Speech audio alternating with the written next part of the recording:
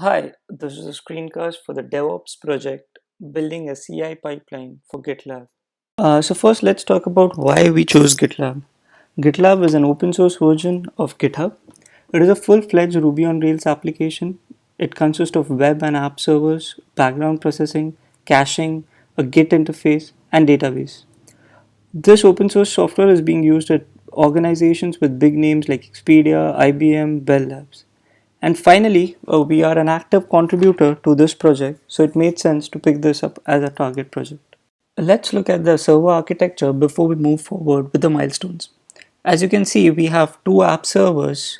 Each app server consists of Nginx, which is a web server, Git shell, which is the Git interface, background jobs, and the Rails web app. Both of them have HA proxy load balancer as their front-end interface with 1:9 traffic distribution. We are treating one of them as canary and the other one as production. As we need a consistent data storage, we have the fourth server which has the database, the Redis cache, and the file server which is mounted on the app servers via NFS. A code on GitHub. We are using Jenkins as a build server. We've also added some multiple slaves for the purpose of parallel builds. We have added a Git webhook, so as soon as one commits to master, it triggers the build process. This is the build job. It clones the repository from this address for the master branch. This shell script is a part of the build process. It's going to copy some config files. It's going to seed the database. It's going to install all the depending gems using bundler. It's going to combine all the JavaScript files into one, minify them and compress them. Let's have a look what happens when we commit to master. Committed to the master branch of a repo. You can see it has triggered the build process. See, the status of the build can be checked here.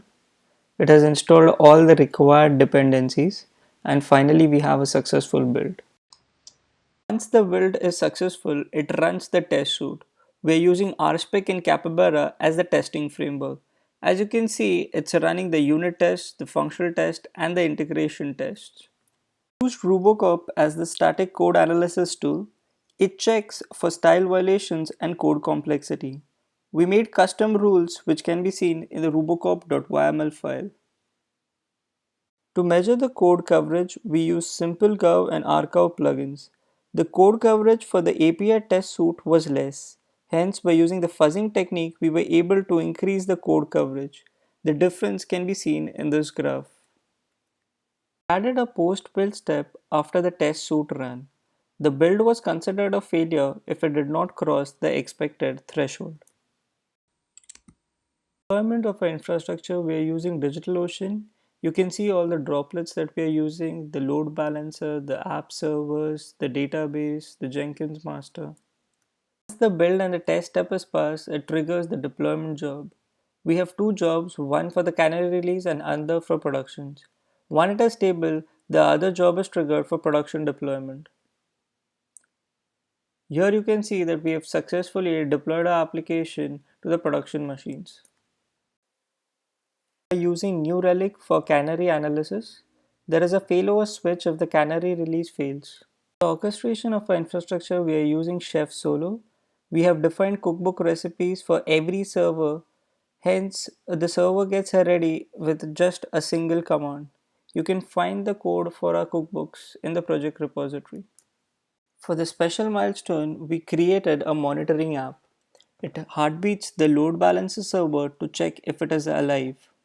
If the server is down or if the number of requests per second exceeds the certain threshold, it literally calls the sysadmin on his phone. We're using the Twilio API to make the call. We can also have SMS alerts and custom voice messages once we upgrade our account. We made a Ruby app which pings the load balancer server every 15 seconds. It makes an appropriate call if needed. We made sure that the call is made only once when the server dies. It does not keep calling the sysadmin continuously until the server is back up. The call logs can be seen in the Twilio dashboard. We've also set a cron every minute to invoke this Ruby app. Let's log in into the load balancer server and switch it off. Within 15 seconds, we should be getting a call.